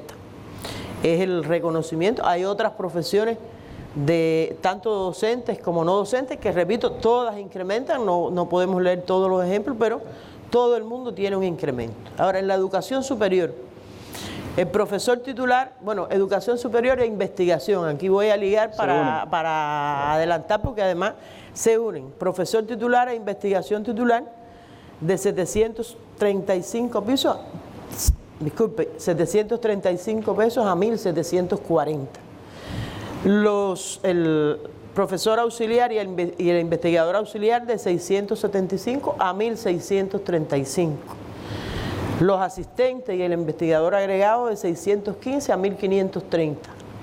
Y el profesor instructor de 555 a 1.425. Ahora, en estos dos sectores de educación general y media y educación superior, a partir de la experiencia de lo que se aplicó en salud en el año 2014, en el caso de los cargos de dirección, se está cambiando un concepto que se aplicaba desde hace muchos años, bueno, y también en la investigación, que es la práctica de pagar el cargo de dirección por la categoría docente o científica más un pago adicional. Y realmente estamos eliminando esta práctica y se va a establecer para los cargos de dirección un salario mensual en dependencia de la complejidad y la responsabilidad de los cargos. Estimula también que se ocupen cargos de dirección. Estimula también que haya promoción a estos cargos de dirección. Y voy a poner algunos ejemplos muy breves. Por ejemplo, en una universidad que clasifica, según la metodología que tiene el Ministerio de Educación Superior, en el grupo 1, que son las de mayor complejidad, si el rector es profesor titular, va a recibir 2.630 pesos, en lugar de 735 más un pago adicional de 85 pesos que recibía hoy. En el caso del decano en esa misma universidad, su salario es de 2.400 pesos, en lugar de 735 más 75 pesos de pago adicional que tenía. Por tanto, ya los cargos de dirección en estos sectores tienen un salario por su complejidad y responsabilidad. En el caso de la educación general y media, bueno, el director de una escuela, si es graduado a nivel superior, y cuando me refiero a una escuela, igual por la metodología que tiene educación, estoy hablando de un centro semi-interno de categoría 2, que es lo más común que tienen, según ellos explican. El director va a recibir un salario de 1.850 pesos, en lugar de los 555 más el pago adicional de 70 que hoy recibía. Y en los círculos infantiles, igual en un centro semi-interno de categoría 1, la directora, y aquí digo la directora porque casi siempre son mujeres, sí, recibe un salario de 1.740 en lugar de los 555 más 60 pesos que recibía hoy.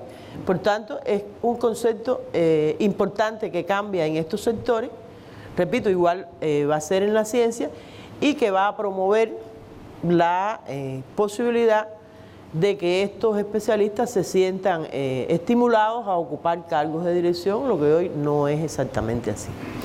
Ahora, también se reconocen otros sectores: la prensa, la cultura, el sector artístico, los sistemas de inspección, jurídicos, jueces, fiscales, contralores, auditores, todos los gobiernos locales y bueno, los organismos de la Administración Central del Estado. Voy a poner algunos ejemplos más. Bueno, el caso de la prensa. El caso de la prensa tiene un sistema que es de acuerdo a la categoría del medio. Si estamos hablando de un medio de prensa de categoría 1, pasaría a ganar 1.320 pesos. Si estamos hablando de un medio de categoría 2, 1.220, y uno de categoría 3, 1.120 pesos. Es decir, todos pasan de 1.000 pesos. En el caso de los inspectores, hay algunas cosas que todavía están en construcción, estamos evaluando, pero siempre van a estar por encima de los 1.200 pesos. Los auditores están en el orden de los 1.200 pesos, 1.220 pesos. Estoy hablando de los auditores internos que se emplean en las unidades centrales de auditoría de los organismos. Y en el caso de los jueces, que también es algo que se distingue, bueno, el juez del Tribunal Supremo de 1.235 está pasando a 2.290. Recordemos que en el caso de este sector el último incremento fue en el año 2008. Y un juez municipal estaría pasando de 965 a 2.070 pesos. La Fiscalía igual recibe incremento. Un fiscal de la Fiscalía General pasa de 1.145 a 2.180. Y un fiscal municipal, para irnos al otro extremo, de 875 a 1.960. También reciben, como decía, reconocimiento los auditores de la Contraloría, que esos van a 2.180 pesos. Y bueno, hay un grupo de organismos de la Administración Central del Estado y de direcciones provinciales y municipales que utilizan especialistas en los niveles centrales y algunos en los niveles provinciales y nacionales, que también se ha pensado se ha diseñado un tratamiento para comenzar a tener en estos lugares donde además se proponen, se aplican y se controlan políticas del gobierno, a ver, fomentar que ahí vayan los especialistas más calificados de esas. Estaba ocurriendo que había muchos especialistas que se iban a las SOSDE, por ejemplo, o a las empresas porque ganaban más. De ese tipo de ramas. No estaban en los ministerios. Entonces, que era donde hacía falta. Bueno, ahí es importante también decir que de manera general, y ya se dijo por el presidente en Pinar del Río, pero yo creo que no es ocioso decirlo, y los maestros lo decían también, que esto es un incremento también especial, un reconocimiento especial para los que permanecieron en las condiciones difíciles y dieron todo su aporte con las carencias que todos sabemos, se mantuvieron ahí y no emigraron, como decía la profesora en el ejemplo, algunos se fueron. Bueno, este es un reconocimiento también a los que ahí permanecieron, y también se llamó la atención, pero por la importancia lo reitero, no es posible que ahora esta medida conlleve a que volvamos a inflar las plantillas, que es un problema, pudiéramos decir, cíclico que nosotros tenemos. Aquí, como ya se explicó, hay que incorporar gente que aporte, pero también hay que congelar las plantillas y solo incorporar los imprescindibles. Es preferible tener un pequeño grupo de personas que aporte bastante que tener una gran plantilla llena de gente que no aporte, y entonces estaríamos malgastando el dinero que con tanto esfuerzo el Estado ha dedicado para respaldar este incremento. Bueno, con la aplicación de esta medida comienza a ordenarse el salario de forma tal que la escala va a contener el principal incremento. Y eso va a ser, y no voy a entrar al detalle, que un grupo de pagos adicionales que en diferentes momentos y con toda justificación se fueron aprobando para beneficiar determinados sectores, actividades, etcétera, estos vayan eliminándose gradualmente. En esta primera etapa se eliminan un grupo y se mantienen otros, pero el objetivo final donde queremos llegar es que todo esté justamente en el salario escala, y por esto esto que estamos haciendo es un primer paso en el ordenamiento del salario. Y también es importante que la medida que estamos aplicando, y lo que tú preguntabas, estimula la responsabilidad por desempeñar cargos de dirección y la promoción a cargo en los organismos de la Administración Central del Estado. Es también un primer paso para comenzar a invertir la pirámide. Vuelvo a decir, todavía es insuficiente, pero es la posibilidad y es los recursos que se han dispuesto en este momento. Y reitero, también es significativo. Bueno, esto se va a implementar mediante una escala salarial. Como dije, va a tener un salario mínimo de 400 pesos y un máximo en el entorno de 3.000, y comienza a abrirse el diapasón entre las personas que más ganan y los que menos ganan. Hoy, en la generalidad, es decir, la que más se aplica, tiene un diapasón que el que más gana, entendido siempre generalmente en el cargo de ministro, gana 2,9 veces más que el menos complejo, que el que menos gana. Esta medida ya amplía un poco eso a 7.5, y eso es lo que permite, esa es una de las maneras de ir invirtiendo la pirámide, y que cada vez más las personas se sientan estimuladas a superarse, a promover e incluso a ocupar cargos de dirección. También se van a hacer un grupo de ajustes y se eliminan sistemas de pago que en un momento determinado se aplicaron en un grupo de unidades presupuestadas, también como parte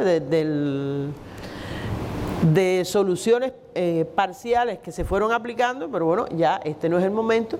Y hay un pequeño grupo de entidades que mantienen desde la década del 90 un pago de los sábados sin trabajar, que se pagaba el 70% del salario, y bueno, ya con esta medida y lo que estableció el código, que la jornada puede ser flexible, 40, 44 horas, ese pago se va a eliminar.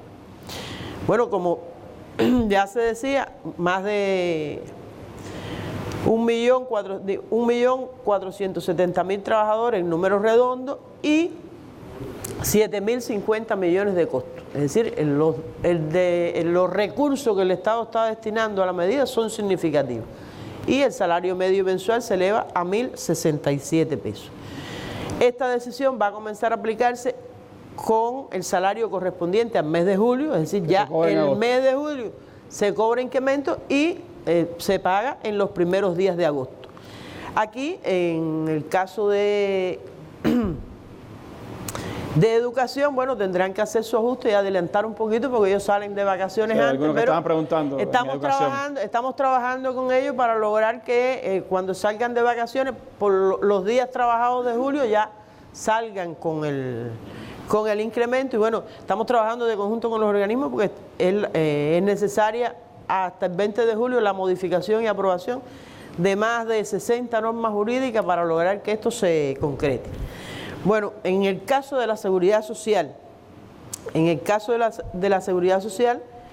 recordemos que en noviembre del 2018 se había incrementado la pensión mínima. En este momento se vuelve a hacer un pequeño incremento a la pensión mínima y además se incrementan todas las cuantías de las pensiones que son inferiores a 500 pesos. Esto prácticamente abarca 1.550.000 pensionados, y el costo está en el orden de los 838 millones de pesos. Ahora, yo quisiera graficar muy rápidamente cómo es que se va a implementar esta medida. Esto se va a hacer efectivo a partir del mes de julio, porque este sector tiene determinadas características. Se aplica a partir del 1 de julio, pero se va a hacer efectivo en el mes de septiembre. ¿Y por qué? Porque ellos van cobrando ellos cobran adelantado, es decir, ya en este momento ellos cobraron el mes de julio e incluso la próxima semana empiezan a cobrar el mes de agosto. Entonces nosotros lo que estamos es preparando condiciones porque hay que cambiar el medio de pago a una cantidad de alrededor de 1 millón de pensionados. Estamos preparando las condiciones con un grupo de organismos que nos apoyan y ya en el pago adelantado de agosto ya estarán cobrando el incremento de la nueva pensión más las cuantías de julio y agosto. Por ejemplo, una persona que incrementó en noviembre, que está recibiendo una cuantía de 242 pesos en este momento, va a subir a 280 pesos. Y entonces cobrará en agosto. En agosto, el pago adelantado de noviembre, ahí va a cobrar 280 pesos más 76, que corresponde a la diferencia de julio y de agosto. Y ya sigue cobrando su pensión normalmente. Igual, uno que esté en la escala hoy de 270, recibirá 320 más un monto de 100 pesos, que son las 2 mensualidades de julio y agosto, que las va a recibir en un solo pago. Los que tienen tarjeta magnética no tienen ningún problema porque la cuantía del incremento de la pensión se pone directamente en su cuenta, no tienen que asistir al banco ni tienen que asistir a las filiales del INAH. Esto lo que ratifica una vez más la importancia de ir sumando personas a este medio de pago, que es lo que estamos haciendo de conjunto con el banco. Y bueno, en cuanto al aseguramiento con banco, correo, con los poligráficos, ya se han coordinado todas las acciones que permitan llevar a efecto esta medida sin dificultad. Muy breve, Alejandro se refirió ya al sistema empresarial y yo quería recordar, y muy rápido, que en el sistema empresarial comenzaron a adoptarse medidas que permitieran incrementar los ingresos desde el año 2014. En el año 2014 se descentralizó la aprobación de los sistemas de pago por resultados, se vinculó la formación y distribución del salario al cumplimiento de indicadores directivos y límites y se eliminaron las restricciones administrativas que había con determinados topes de salario y todo eso se hizo para fortalecer la empresa estatal. El salario medio se incrementó de 600 pesos en el 2014 hasta 871 en el 2018. También aquí hay que recordar que en el entorno del 60% de los trabajadores del sector empresarial son los que reciben estimulación en CUC, que hoy no se está modificando, no se está tocando, y la estimulación, la cuantía media es de 13 CUC. En el 2015 se incrementó la distribución de utilidades de 1 a 3 salarios y para todas las empresas. Antes era privativo de las empresas en perfeccionamiento. Y eso hace que ya en el 2017 se distribuyeron en 1.037 empresas 1.027 millones de pesos por distribución de utilidades.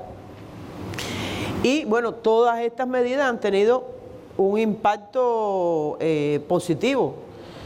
Mayor motivación, se incrementó la productividad, se incrementó el salario medio, también disminuyeron las empresas que pagaban salario sin respaldo productivo. En el 2014 eran 238 empresas con 347 millones y el 2018 lo estamos cerrando con 139 empresas y 147 millones. No quiere decir que sea bueno, es malo que se pague sin respaldo productivo, pero la diferencia es significativa, es decir, que ha ido en incremento la disciplina de las empresas y también han ido disminuyendo los trabajadores que reciben salario por debajo de los 600 pesos. En el 2014 había alrededor de casi 820.000 trabajadores cuyo salario medio en el sistema empresarial estaba por debajo, igual a 600 o menos. Ya en el 2018 esta cifra se reduce a 500.000, es decir, casi 300.000 menos, que es resultado de los incrementos a partir de los sistemas de pago. Bueno, hay un grupo de dificultades que se han presentado asociadas a la diversidad de indicadores, asociadas al uso del valor agregado bruto, asociadas a los problemas con la elaboración del plan, y todo eso ha llevado al perfeccionamiento que explicaba Alejandro de la forma de pago. Y voy a decir 3 cosas concretas. Facultad para el director de la empresa, se reducen los indicadores límites y directivos de 5 a 2, es decir, los menos posible. Los indicadores de las unidades organizativas, donde se puede descentralizar más allá de la unidad empresarial de base, que hoy solo es posible hasta la unidad empresarial de base, se definen allí, no tienen que ser los indicadores macros, digo macro a nivel de empresa, ¿no? Es micro realmente. Es decir, la empresa se rige por unos indicadores, pero a nivel de la unidad empresarial de base o de un establecimiento, se pueden definir indicadores asociados a su propia actividad, un traje a la medida allí, por supuesto, siempre que haya control económico, siempre que haya control de la producción, etc. Y el otro elemento que quería significar, bueno, Alejandro ya habló, siempre que sea posible, el pago a destajo. El otro elemento que quería significar que también se está eliminando la protección hasta el salario escala, y ante los incumplimientos se va a pagar el salario básico, que también es un reclamo de los trabajadores.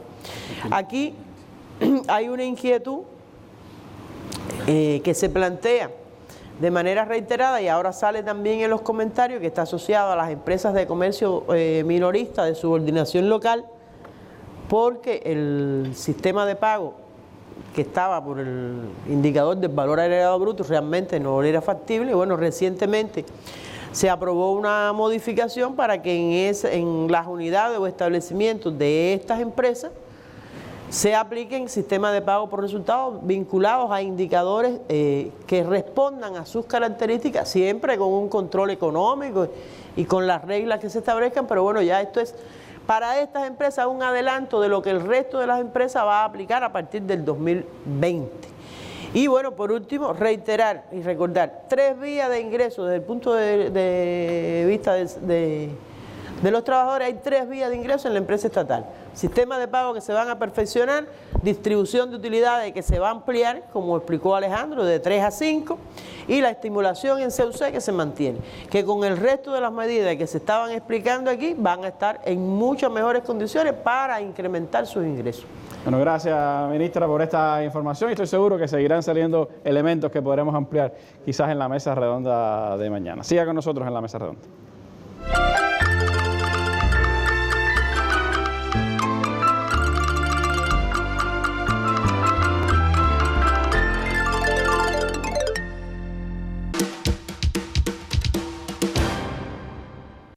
Y entre los elementos que la población ha estado comentando en estos días a partir del conocimiento de las medidas, por supuesto que hay interrogantes que quisiera hacerle a nuestra ministra de Finanzas y Precios, Macy Bolaño. Ministra, hay quizás 2 elementos que distinguen las interrogantes de nuestro pueblo. Por un lado, preguntando de dónde va a salir el incremento salarial si estamos hablando de no tocar el presupuesto. Y en segundo lugar, la preocupación con el tema de inflación, es decir, cómo controlar que los precios no suban y que se anule ese crecimiento salarial que va a tener el sector presupuestado. Sí, bueno, buenas noches, presidente, Randy, a los televidentes y compañeros que nos acompañan. Explicar en primer lugar y reiterar que el financiamiento de los 7.050 millones que aproximadamente tiene el costo del incremento salarial al que nos estamos refiriendo, y además los 700 millones que tiene el costo del incremento también tan justo a las pensiones en el sistema de seguridad social, pues tiene que darse dentro del presupuesto del Estado aprobado para el año 2019. Es decir, que las propias fuentes van a estar en función de ese principio de redistribución que hoy caracteriza a nuestro presupuesto socialista. Pero evidentemente esa redistribución tiene que estar acompañada y complementada de un grupo de mecanismos y de resortes que permitan no solo el ahorro al cual nos vamos a referir de los recursos presupuestarios y dentro del gasto y el propio control en esa racionalidad del gasto que explicaba el compañero Alejandro, sino también en recaudar todos los ingresos que hoy están presentes en la economía del país. El país todavía tiene muchas potencialidades a partir incluso de todo lo que hemos hablado y de todos los indicadores de eficiencia y de eficacia que están presentes en la economía. Bueno, pues tenemos todos los actores económicos, hoy más que nunca se potencia ese deber cívico de que aportemos todo lo que generemos e incluso vayamos a una producción no solo más amplia y más diversificada, sino con mayores rendimientos que posibiliten los ingresos al presupuesto del Estado. Aquí se ha hablado de ampliar las ofertas de los servicios, aquí se ha hablado de ampliar las ofertas de bienes a favor de la población, en donde ella pueda materializar esa capacidad de compra, pero es que esa oferta también de bienes y servicios generará también más ingresos al presupuesto del Estado que nos permita cumplir el plan de ingresos y mucho más. La segunda fuente es la necesaria reducción de todos los presupuestos del país, desde el nivel primario, desde la unidad presupuestada, desde las entidades de los gobiernos hasta de los propios organismos. Es decir, tenemos que ir a dar una prioridad en el gasto del presupuesto para poder enfrentar con nuestros propios recursos la financiación de esta medida que además favorece tanto a nuestro sector presupuestado. Por supuesto, esto también se ayudará con determinados complementos, con determinadas medidas en cuanto a retirar los gastos que están inejecutados en el presupuesto y que ayudarán a también crear esa fuente para financiar estos incrementos salariales, sobre todo aquellos gastos que ya sabemos no se van a ejecutar y que no ponen en peligro, porque yo creo que es importante aclarar esto, los principales niveles de actividad y de servicio de nuestra población, que incluso también aquí se están preservando con toda la racionalidad de vida los programas sociales. Unido a este incremento salarial seguirá el otorgamiento de subsidios para la compra de materiales de la construcción a personas de bajos ingresos, seguirá también la consecución de un programa de vivienda y por tanto no estamos dejando de hacer los programas sociales para pagar más salarios, sino que estamos convidando, es decir, invitando a todos los actores de la economía a buscar esa reserva de ingresos, a buscar desde el ahorro, por supuesto, la propia financiación y sobre todo, insisto, captar todas las potencialidades de ingresos, no solo del sector estatal, que es mayoritariamente el aportador al presupuesto, sino también de nuestros actores no estatales a partir de su cumplimiento disciplinado en las obligaciones fiscales. Ahora, con el tema de los precios, que yo creo, y quizás voy a sintetizar más bien, o me voy a referir a un poco los mecanismos que tendremos que aplicar para que no se nos dé esos incrementos de precios, porque yo creo que el ministro Alejandro dio una explicación exacta que nos libera un poco de darle explicación en cuanto a las preocupaciones de la inflación. Y creo que esto también tiene que estar acompañado y va a estar acompañado de hecho con un grupo de regulaciones importantes y sobre todo con algo que creemos que es esencial, y es que nosotros tenemos que imprimirle a este control de los precios, en primer lugar, un observatorio en que tendremos que participar las instituciones responsables de monitorear y revisar el comportamiento de los precios, tanto mayoristas como minoristas, pero en el que también tiene que participar nuestra población, en el que también tiene que participar todas las instituciones, todas las entidades, nuestros delegados, nuestros pobladores, nuestros presidentes de consejos populares, las instituciones de los gobiernos, informando y un poco retroalimentándonos a todos aquellos que tenemos que, como se dice en la calle, corregir los tiros, tomar decisiones que nos permitan entonces lograr el equilibrio financiero con la aplicación de esta medida. Pero también va a haber medidas en que se va a reiterar y potenciar la facultad que tienen los gobiernos locales para disponer regulaciones de precios en dependencia de las condiciones y las circunstancias que hayan en su municipio. Porque no solo estamos hablando de no incrementar los precios y de no permitir el incremento de los precios, sino también de aplicar un grupo de regulaciones que permitan atemperar los precios a las condiciones, incluso a los ingresos propios que se generan en esos municipios. Y van a estar facultados los gobiernos para aplicar medidas de regulación y las medidas de control. Viniendo hacia acá, hacia la mesa redonda, leía por las redes, incluso, por ejemplo, que ya el gobierno de Camagüey creó un grupo a nivel de municipio y de provincia de control de los precios. Y también poner en función lo que la Constitución dice, que el municipio es el centro del gobierno. Es el centro del gobierno, es el centro del control del gobierno, pero yo creo que también tenemos que llamar a la sensibilidad y a la solidaridad, no solo de todas las empresas, de todas las entidades estatales, sino también de nuestros actores no estatales. Esta es una medida que favorece a todo el sector presupuestado, pero también que favorecerá la prestación con mayor calidad de los servicios que recibimos todos los cubanos y las cubanas por igual, y que, como explicaba Alejandro, no va a haber ni mucho menos un paso a su cobro, ni va a haber mucho menos un incremento de aquellos que subsidiariamente, pero se cobran en algo. Y por tanto, los invitamos y se convoca a ese sector no estatal a que con esa sensibilidad, y porque no existe argumento ni fundamento alguno, pues por supuesto no incrementen los precios, aun cuando vengamos acompañados de medidas regulatorias. Por último, también explicar de que estas medidas vienen acompañadas de un principio de solidaridad en el pago de la contribución especial a la seguridad social, pago que vienen haciendo también nuestros maestros, nuestros médicos, nuestro sector de la fiscalía y los tribunales a partir de los incrementos que tuvieron parcialmente, y que con esta medida se generaliza a todo el sector empresarial, y que podemos estar ahondando en el día de mañana sobre su aplicación, porque sabemos que también hay algunas preguntas al respecto. Gracias, ministra. Creo que son precisiones importantes de cara a las preocupaciones que tiene nuestro pueblo y que indican también el sentido, el oído que tiene puesto el gobierno a las preocupaciones populares. Creo que también lo que se ha hecho es renovador, es audaz, presidente, disculpe, pero también es parte de ese escuchar al pueblo. Ojalá estuviera ministra.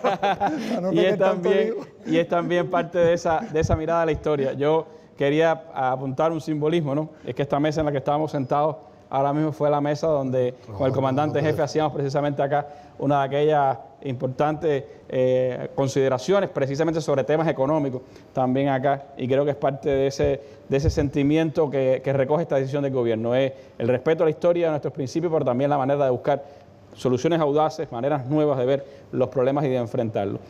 En estos minutos finales, bueno, le dejaría a usted las apreciaciones finales de nuestra mesa redonda. Yo quisiera hacer algunas consideraciones finales de la mesa.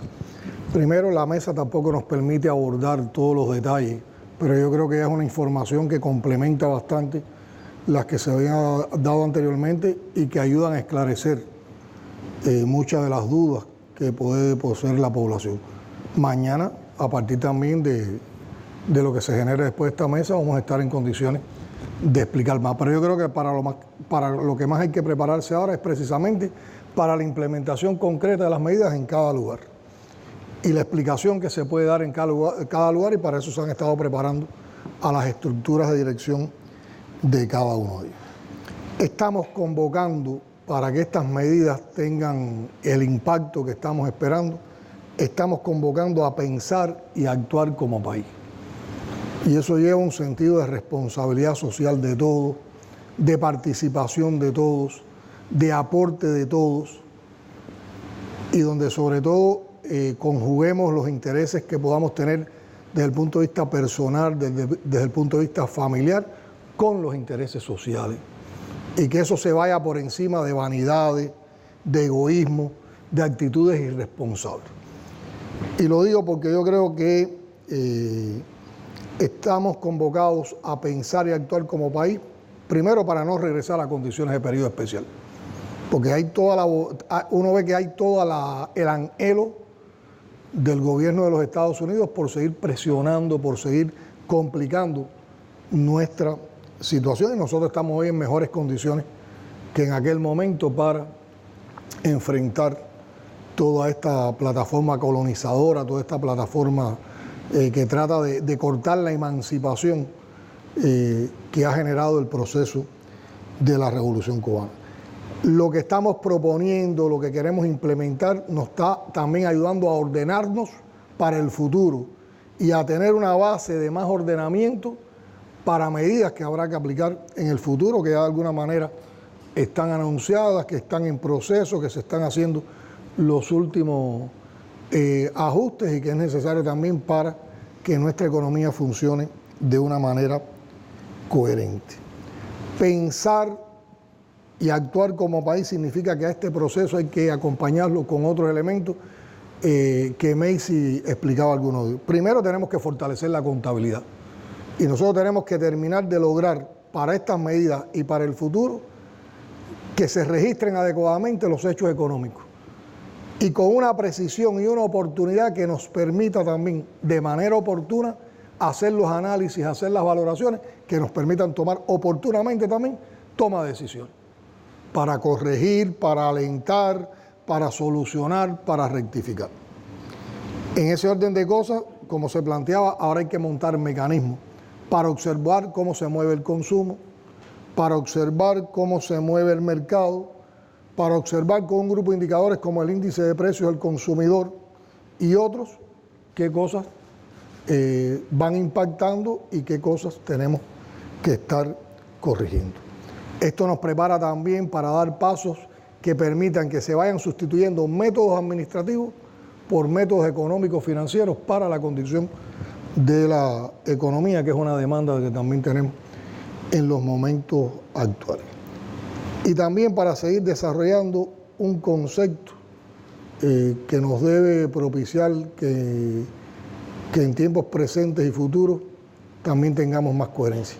Y es que cada vez que apliquemos medidas, transformaciones, hay que buscar una institucionalidad que apoye esas transformaciones. Y hay que buscar elementos de motivación, elementos de incentivo y elementos de responsabilidad social que junto a esa institucionalización apoyen la conducción de las medidas que tomamos. ¿Qué esperamos con esto? Entre otras cosas, que haya más motivación por parte de los trabajadores para producir más y con calidad. Que haya más compromiso en trabajar más y con calidad buscando productividad.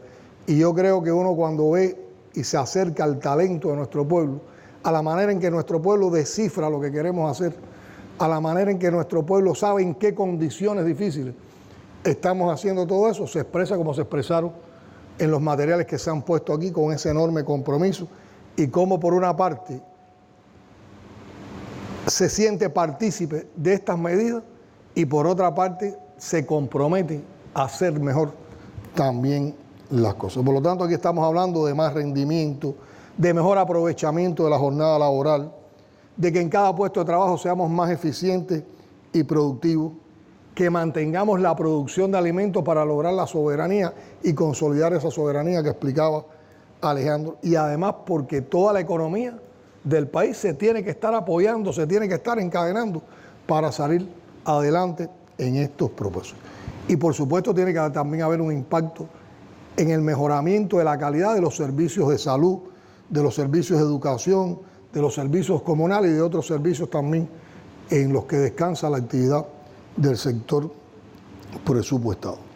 Se incrementan los salarios y no se incrementan solo los salarios del sector presupuestado, aquí también por las medidas y las facultades que le hemos dado a las empresas, indudablemente también hay la posibilidad de que en el sector industrial se puedan seguir incrementando con una respuesta productiva que responda a esa demanda que va a existir y que se aproveche esa oportunidad por parte del sistema empresarial, se pueden incrementar también salarios en el sistema empresarial y además porque se modifican o se perfeccionan sistemas de pago, pero se tienen que incrementar también las producciones y los servicios a la población. O sea, aquí entre todos tenemos que contribuir a lograr todas las interrelaciones, todas las conexiones que este proceso necesita y que este proceso también estimula y facilita.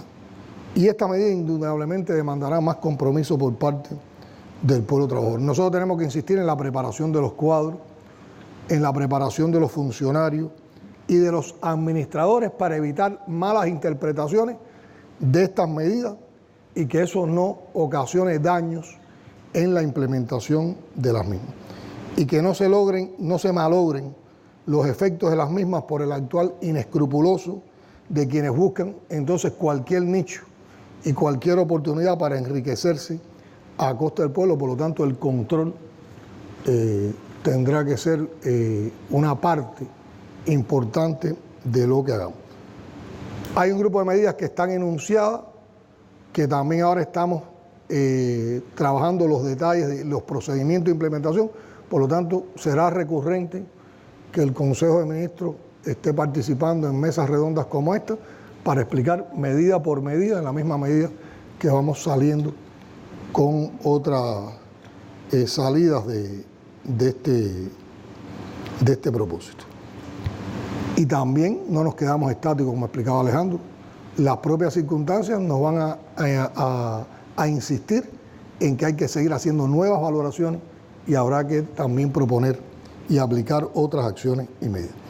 Ya con una reflexión, digamos, más en el plano de lo ideológico, en el plano de los sentimientos revolucionarios, en el plano también de las emociones, en momentos como este en que damos pasos arriesgados, pero necesarios y también alentadores, y eso lo vemos cuando leemos y escuchamos la reacción del pueblo ante las medidas económicas aprobadas. Yo creo que hay que recordar una frase del Che, cuando decía: déjenme decirle, a riesgo de aparecer ridículo, que el revolucionario verdadero está guiado por grandes sentimientos de amor. Y yo creo que nosotros aprendimos con nuestros padres fundadores, con Fidel y con Raúl, con los comandantes de la revolución y con todos los luchadores que han estado acompañando esta batalla por sostener contra viento y marea a la revolución cubana, la fuerza de ese amor. Que esa fuerza de amor está precisamente en la unidad sólida, fuerte, indestructible que tiene la revolución con su pueblo.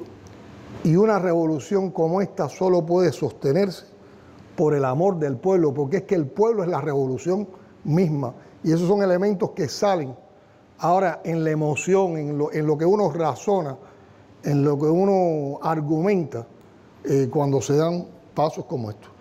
Por lo tanto, todas las medidas que tomamos y las que tendremos que tomar en el futuro inmediato seguramente solo tendrán éxito si el pueblo las hace suya. Por eso explicamos, por eso nos detenemos en las argumentaciones, si las defiende y si entiende que ninguno de nosotros puede tanto como todos nosotros juntos. Por lo tanto, el aporte de cada ciudadano de nuestro país, de cada trabajador, será muy importante. Por lo tanto, aquí también hemos venido a hacer una convocatoria al trabajo, a la creación, a esa creación revolucionaria con pasión, con belleza, con inteligencia y, por supuesto, también con amor. A darle contenido a todo lo que nos hemos propuesto para hacer un país mejor, aportando cada uno desde la posibilidad de participación que tengamos lo que pueda aportar y que la suma de todos esos esfuerzos hará el milagro de la prosperidad sostenible a la que no hemos renunciado y por la cual vamos a seguir combatiendo.